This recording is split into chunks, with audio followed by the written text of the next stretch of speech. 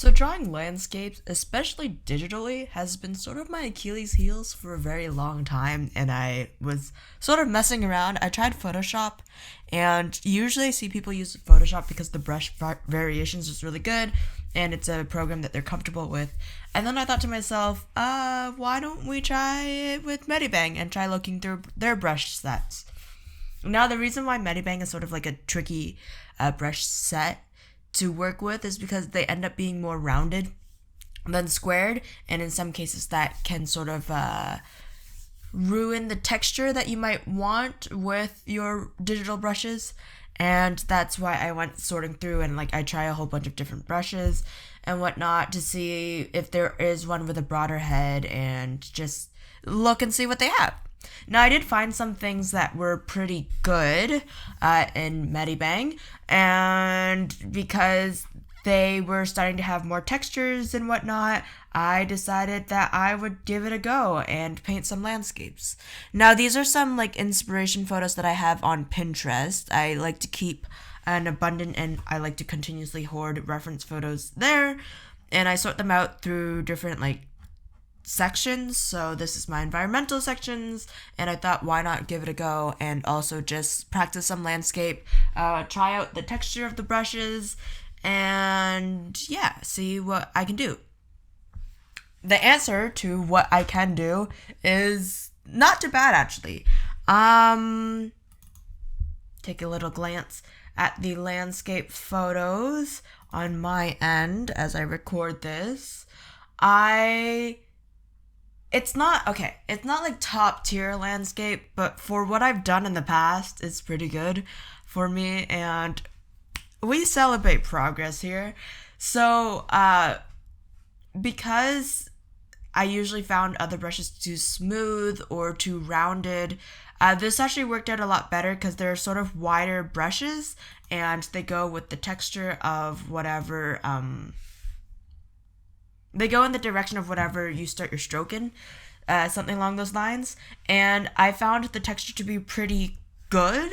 And with the reference photos, it sort of helped to pick colors and figure out composition a bit more and figure out how atmospheric haze works, because that's something that I always struggled with, is choosing the colors for atmospheric haze. And to have a reference photos to sort of figure out and see how that can change and vary really helped a lot, actually. And it was just really nice to not have to think about composition, as well as really trying to dig deep and try to figure out color theory. There are things that I need to work on, and I thought, why not work on it now while I can? And then on top of that, these brushes had this texture that was so nice that when I put down the wash or the background or the background color for it, it just looked really nice in the shape that it formed. And then to do everything else, it just really worked out well. So I'm very happy with the brushes. If you guys use Medibang, which I doubt that you do, because not a lot of people that I know of uses it. They usually Procreate or Photoshop. But if you are interested in some really good, and they're free, Medibang brushes, there's Flat Brush Wet, Oil Pastel, Watercolor Square, and Oil Paint Wet. There's also Alcohol Marker, which I didn't really explore a whole lot, and Oil Paint Wet as well. Those are the ones that I used for the paintings, and will continue to use them because they're really nice brushes, and I'm very happy that I stumbled upon them. Even looking at the first landscape that I do, and seeing that texture that's behind the clouds and for the sky, and then looking at the outside, seeing that delicious, wonderful texture that there is, it just really makes me happy in finding the brushes. And it's not the best landscape piece, but for what I've done in the past compared to this, it makes me really happy, and I'm very satisfied with it. I can't really complain at all, to be honest. And same thing with the tree one, where you could see the brush strokes and texture and how it fades and tapers off and whatnot. Really love it. Enjoy it a lot. As I record this, I've only done 2, but I plan to do more, so hopefully they go well. But yeah, so I really did enjoy just exploring the different brush textures that they had and just practicing landscape. Now, this is something really interesting that I've just noticed as I'm like playing around and looking at the pieces themselves right now. I approach digital drawings like sketching too and practices the same way I approach my sketchbook, which is starting from the right side and working my way left. I I guess it's just a weird habit.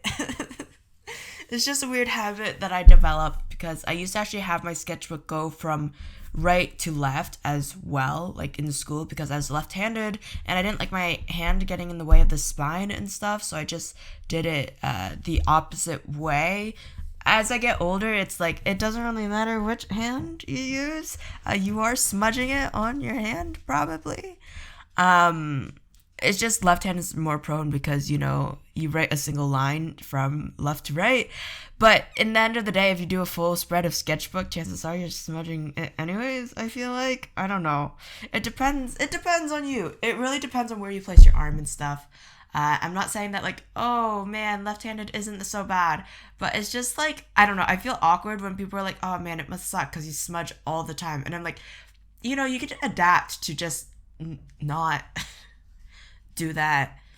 And I've seen, like, especially if you do full charcoal pieces and you're right-handed, you're still getting charcoal probably on you. So like, I don't know. It's just, I feel you, okay? I am left-handed. I understand the struggles too. But it's also just like, I don't want to make a big deal out of it because it's just, it happens. You get messy. Not a big deal. You'll survive, hopefully. But yeah. It is a bit of a slower speed painting too, by the way, just because I only do like 2 studies. They were really fun studies, not to get me wrong. I really enjoyed it, and I really hope to do this again in the future. And yeah, I think that's mostly it. Let me know what you guys think down in the comments below. If you guys, tell me what drawing programs you guys use, because I'm sort of kind of curious. I know a lot of people use this, they're either traditional artists, which that's a different thing, or if they do digital art, then they use either Photoshop or Procreate. Krita's not that bad too if you want to get into digital art, but you don't want to pay and you're running Windows.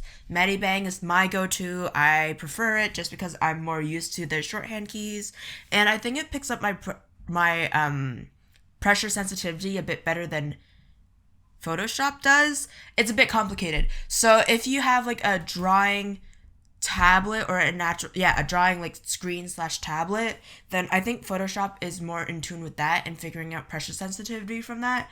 But I have a computer which folds down into like a touchscreen and /drawing tablet, and I think it's a bit better for Medibang and whatnot, or they're more adapted than Photoshop.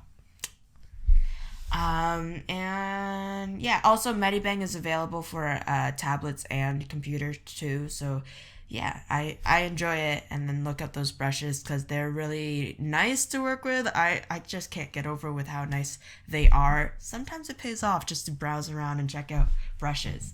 But yeah, thank you guys so much for watching the video. As I've mentioned, it's a bit of a shorter one just because time crunch. I've been a bit busy, haven't really been drawing a whole lot.